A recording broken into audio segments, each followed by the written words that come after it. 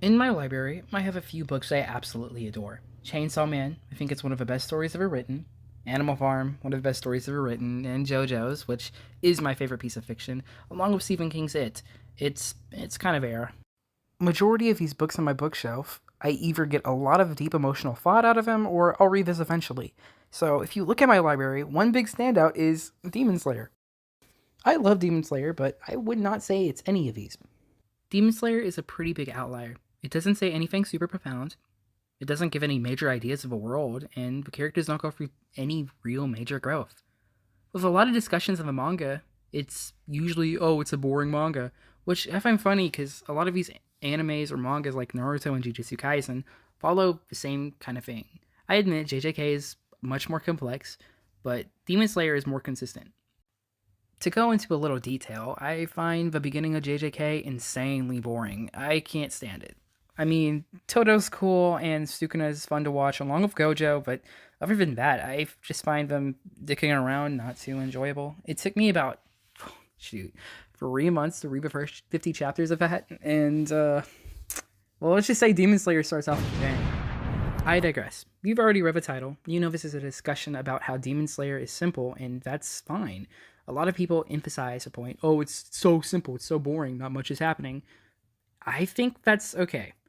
Often, simplicity, we assigned it to something bad, and I don't think it's that clear cut. Many stories are simple that have been told for generations. Beowulf, John Henry, I mean, even the Tortoise and the Hare. Demon Slayer honestly feels like one of these stories. It's another one of those triumphs of human nature, or something like that. But I guess regardless, all stories are about human nature in some shape or form. To get back on track, let me emphasize how complexity really doesn't mean something's better. Here's an example from the Pokemon series. Before I go into detail, keep in mind that both of these characters are antagonists of their respective Pokemon games. Our first one is Lysander. Lysander is a man obsessed with beauty. He loves it so much, and yet he doesn't want to see it fade.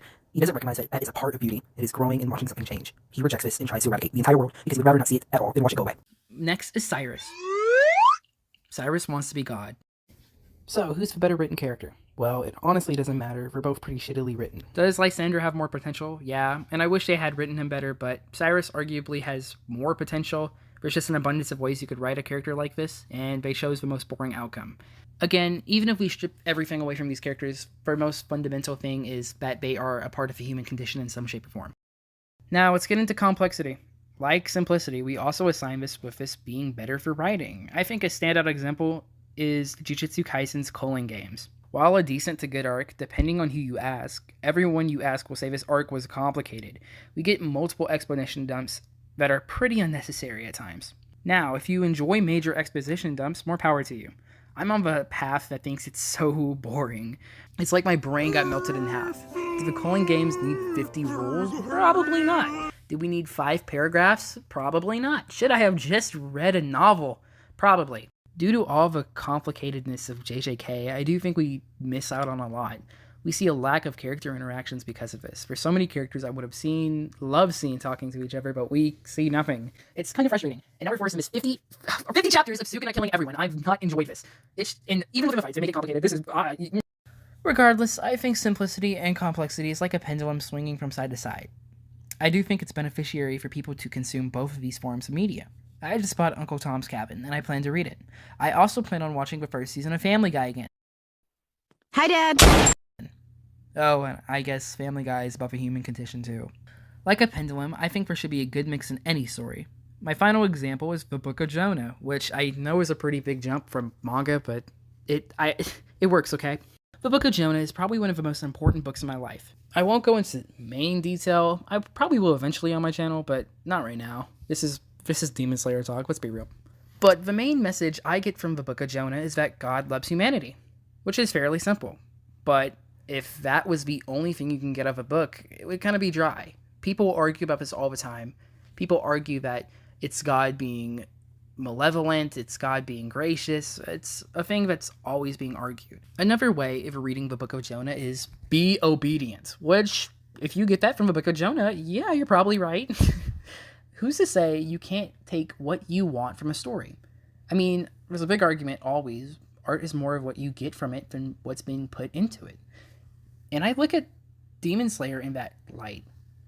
Sure, Demon Slayer is not this magnum opus amazingly written, like super deep, complex story, but I like Demon Slayer. I enjoy the characters. I love the character designs. I love the magic. I had so much fun playing Demon Slayer, like the video game, with my friends during the summer.